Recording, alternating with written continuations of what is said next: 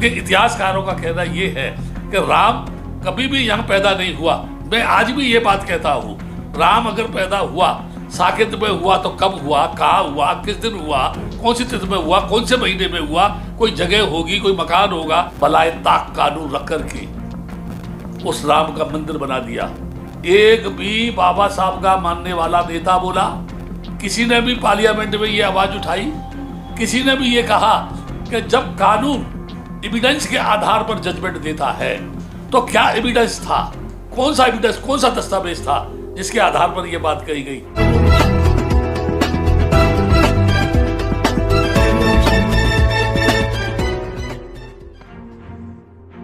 साकेत में राम मंदिर का निर्माण हुआ।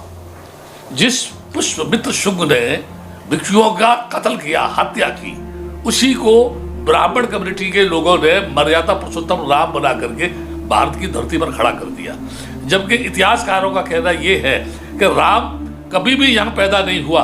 मैं आज भी ये बात कहता हूँ, राम अगर पैदा हुआ, साकेत में हुआ तो कब हुआ, कहाँ हुआ, किस दिन हुआ, कौन सी तिथि में हुआ, कौन से महीने में हुआ, कोई जगह होगी, कोई मकान होगा, कोई स्थान होगा।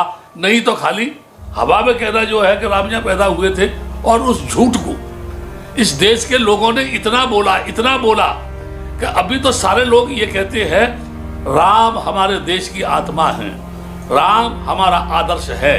कितने लोग ऐसे हैं कि राम की तरह से आज्ञा मानने वाले, अपने बाप को स्नान कराने वाले, उसके वस्त्र धोने वाले, माँ की सम्मान करने वाले, कितने लोग ऐसे हैं? मैं समझता हूँ एक भी नहीं है, खाली गाल बजाते हैं। और वहाँ बलाए ताक कानून रख करके उस राम का मंदिर बना दिया। एक भी बाबा साहब का मानने वाला नेता बोला? किसी ने भी पार्लियामेंट में ये आवाज उठाई? किसी ने भी ये कहा कि जब कानून एविडेंस के आधार पर जजमेंट देता है तो क्या एविडेंस था, कौन सा एविडेंस, कौन सा दस्तावेज था जिसके आधार पर यह बात कही गई? उसे छोड़ो। उसके बाद बनारस में काशी की बात आ गई। उसके बाद अब किसकी बात आ रही है? मथुरा की बात आ रही है। मैं देश के समाज के नेताओं से, शोषित सरवारा समाज के नेताओं से, डॉक्टर अंबेडकर के नाम पर गाल बजाने वाले नेताओं से, डॉक्टर अंबेडकर का या बुद्ध की दुहाई दे करके गाल बजाने वाले बौद्ध भिक्षुओं से मैं ये पूछता हूं, उसमें अहमदाबाद में जो मंदिर है सोमनाथ का, उसके नीचे बुद्ध विहार है। क्या ये सरकार उस बुद्ध विहार को बौद्धों को सौंपेगी?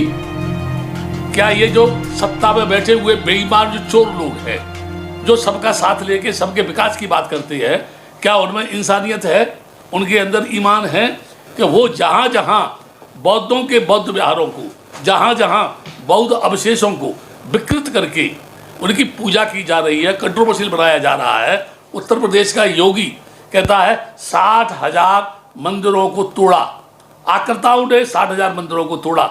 उससे कोई ये नहीं पूछता कि 84,000 बुद्ध विहारों को नष्ट करने वाला कौन था? ये 84,000 बुद्ध विहार नष्ट किसने किए? लोग बोलते हैं, शंकराचार्य बोलता है बुद्ध ने नपुंसक बनाया इस देश को। इस देश की कहाँ बामियान की गुफाएं हैं, कहाँ कांधार है? ये जम्बू द्वीप कहलाता था, जहाँ धर्म के नाम पर शासन चलता था। सम्राट अशोक रूप बदल करके रात में भूखे नंगे गरीब लोगों को जाके पूछता था कि राजा का शासन कैसा चलता है।